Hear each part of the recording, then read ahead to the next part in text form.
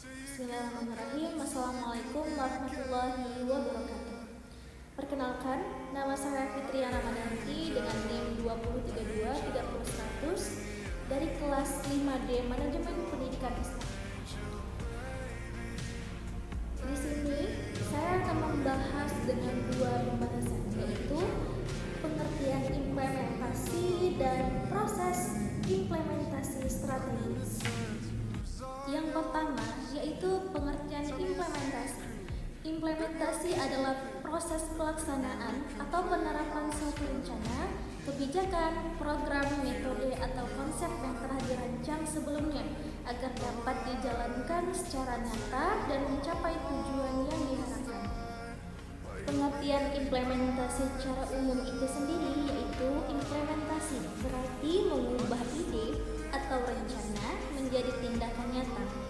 Tidak hanya sekedar menjalankan, tetapi juga memastikan bahwa pelaksanaan tersebut sesuai dengan tujuan, aturan, dan strategi yang telah ditetapkan. Saya mau menjelaskan lagi tentang pengertian implementasi secara umum. Ini implementasi berarti mengubah ide atau rencana menjadi tindakan nyata. Misal nih, saya sebagai pelaku kepala sekolah mempunyai ide. Kepala sekolah maupun guru mempunyai ide untuk rencana berikutnya yang mau direncanakan. Itu kita rencanakan, kita jadikan itu sebuah tindakan nyata. Tindakan kepala sekolah, tindakan guru, tindakan siswa yang sudah kita rencanakan di sebelum-sebelumnya. Di sini saya akan menjelaskan ada beberapa contoh dari implementasi dalam pendidikan. Yaitu yang pertama, implementasi kurikulum. Sekolah menerapkan kurikulum merdeka dengan menyesuaikan metode pembelajaran, materi ajar, dan penilaian sesuai pedoman yang ditetapkan oleh pemerintah.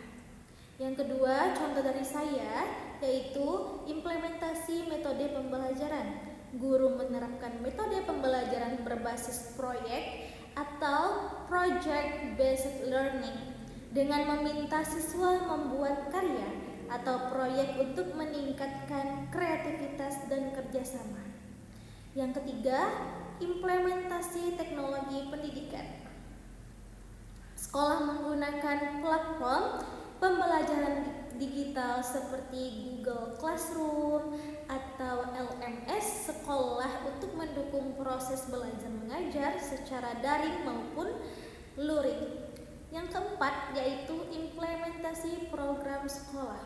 Sekolah menggunakan platform pembelajaran digital seperti Google Classroom atau LMS sekolah untuk mendukung proses belajar mengajar secara daring maupun luring. Selanjutnya di sini dari proses implementasi strategis saya akan menjelaskan dari proses implementasi strategis ini. Proses implementasi strategis adalah serangkaian langkah atau kegiatan untuk menerapkan strategi yang telah direncanakan agar tujuan organisasi atau lembaga dapat tercapai secara efektif dan efisien. Selanjutnya saya akan menjelaskan proses implementasi strategis, yaitu ada 8, meliputi 8 ya. Proses implementasi strategis ini ada 8 poin dari saya, yaitu penjabaran strategi ke dalam program dan kegiatan nyata. Yang kedua, menetapkan tujuan dan indikator keberhasilan. Yang ketiga, pengorganisasian sumber daya, manusia, dana, dan sarana. Yang keempat, pembagian tugas dan tanggung jawab. Yang kelima, pelaksanaan strategi sesuai rencana. Yang keenam, komunikasi dan koordinasi antar pihak terkait. Yang ketujuh, pengawasan dan evaluasi hasil pelaksanaan. Yang kedelapan, tindak lanjut dan perbaikan strategi. Dengan kata lain, proses implementasi strategi ini adalah tahap yang menghubungkan perencanaan strategi dengan tindakan nyata untuk mencapai tujuan yang telah yang telah ditetapkan. Selanjutnya, ini adalah proses implementasi strategi dalam dunia pendidikan. Saya akan menjelaskan tentang proses implementasi strategis dalam pendidikan. Ada beberapa poin yang akan saya jelaskan di video saya ini. Stay tune ya. Ada beberapa poin yang akan saya jelaskan. Ini yaitu proses implementasi strategis dalam dunia pendidikan. Saya akan menjelaskan satu persatu dari poin yang saya buat. Yang pertama, itu ada penjabaran strategi pendidikan. Yang kedua, ada strategi yang telah dirumuskan, dijabarkan ke dalam program sekolah, seperti peningkatan mutu pembelajaran, pengembangan kurikulum, atau penguatan karakter peserta didik. Yang ketiga, ada penetapan tujuan dan indikator keberhasilan. Yang keempat, ada menentukan tujuan yang jelas dan terukur. Misalnya, peningkatan hasil belajar siswa, kedisiplinan, atau kompetensi guru. Yang kelima, pengorganisasian sumber daya pendidikan. Yang keenam, yaitu menyiapkan guru, tenaga kependidikan, anggaran, sarana dan prasarana, serta waktu yang dibutuhkan untuk mendukung pelaksanaan strategi. Yang ketujuh, kepala sekolah, guru, dan staf diberikan peran serta tanggung jawab sesuai apa tugasnya masing-masing agar pelaksanaan berjalan secara efektif. Yang kedelapan, pelaksanaan strategi pembelajaran.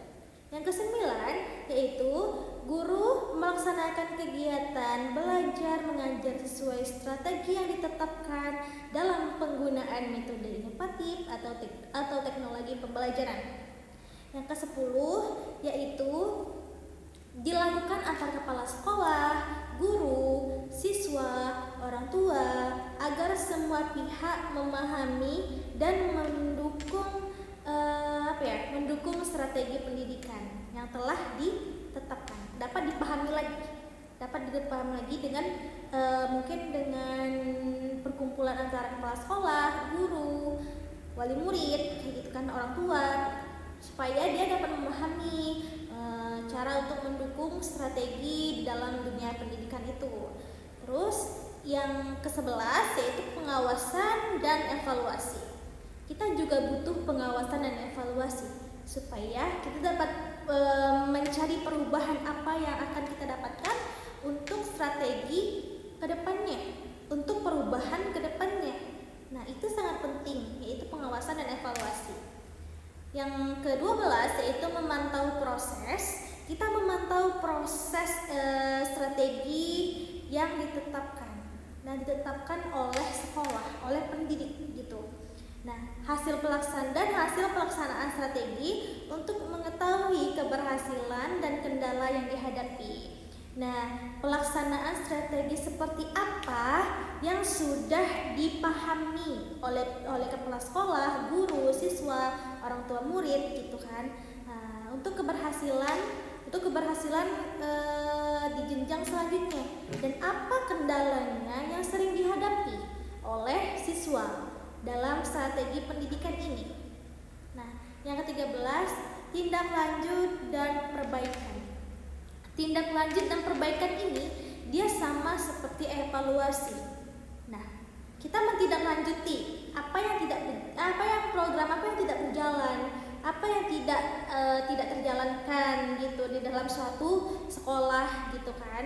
Kita perbaikin, kita berbincang antara guru dan guru, antara siswa dan guru, antara kepala sekolah dan guru gitu. Nah, yang terakhir yaitu hasil evaluasi digunakan untuk memperbaiki kekurangan dan menyempurnakan strategi pendidikan ke depan. Hasil evaluasi itu kita rancang, kita perbaiki, kita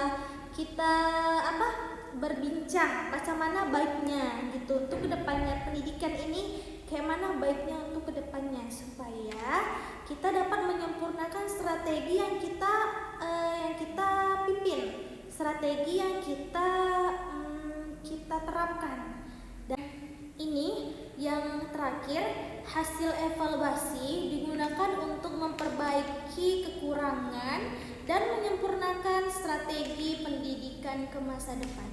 Hasil evaluasi itu kita rancang lagi antara kepala sekolah dan guru dan siswa, atau guru ke masyarakat, ke orang tua murid. Itu digunakan untuk memperbaiki kekurangannya. Apa kekurangannya dalam strategi pendidikan ini? Apa penyebabnya gitu. Tujuannya untuk menyempurnakan strategi pendidikan ke depan supaya lebih baik lagi. Kita harus menciptakan perubahan yang lebih baik dalam pendidikan, dalam dunia pendidikan, supaya tidak stuck di situ aja. Kita harus meningkat, harus ada perubahan. Di setiap tahunnya kita harus ada perubahan. Makanya harus ada strategi di dalam dunia pendidikan. Itu harus ada perencanaan yang lebih matang, perencanaan yang lebih untuk menyempurnakan strategi, untuk meningkatkan strategi gitu dalam pendidikan ke depannya.